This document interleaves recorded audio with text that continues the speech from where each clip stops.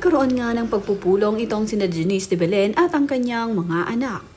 Ito nga ay upang pag-usapan ang kasal ng kanyang anak na si Daniel Estrada.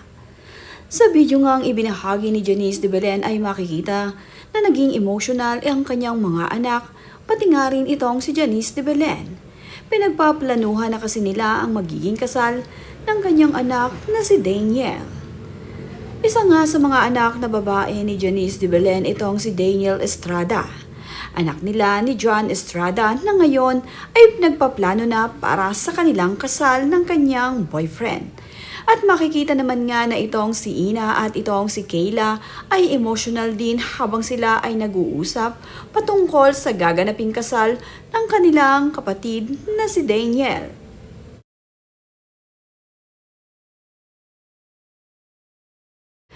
Ito nga ring si Janice de Belen ay hindi mapigilan na hindi maging emotional habang pinagpaplanuhan nga nila ng kanyang mga anak ang kasal ng kanyang anak na si Daniel.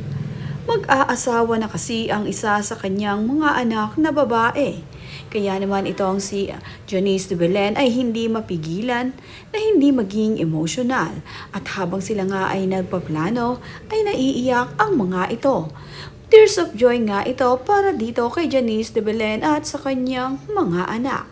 Ito ngang si Ina ay talaga namang masaya na malungkot na ngayong ikakasal na ang kanyang isa sa mga nakakabatang kapatid. Talaga namang mahal na mahal nila ang kanilang kapatid na si Daniel. Pati nga rin itong si Ina at itong si Kayla ay talaga namang naluluha. Plano pa nga lamang ito ng kasal ng kanilang kapatid, ngunit emotional na nga ang mga ito. Paano na nga lamang kaya sa araw mismo ng kasal ng kanilang kapatid na si Daniel? Malamang ay bumuhos ng luha habang ikakasal ang kanilang kapatid.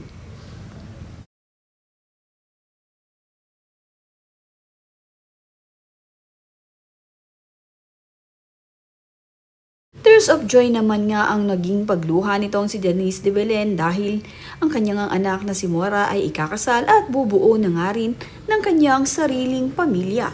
Kaya naman itong si Janice ay talaga namang hindi mapigilan ang luha dahil magkakaroon na rin ng sariling pamilya ang isa sa kanyang mga anak.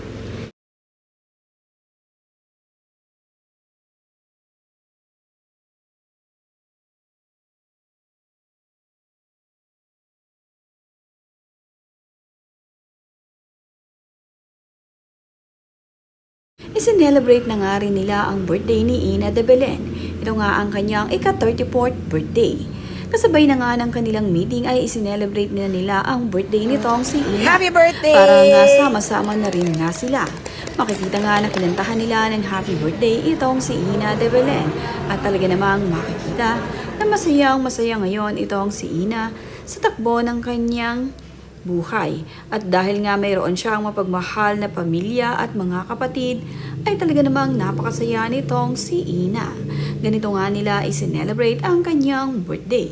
Kumain sila sa restaurant nang sama-sama silang magkakapatid. At nandoon ang kanilang si Mommy Janice na palaging nakasuporta sa kanilang apat na magkakapatid.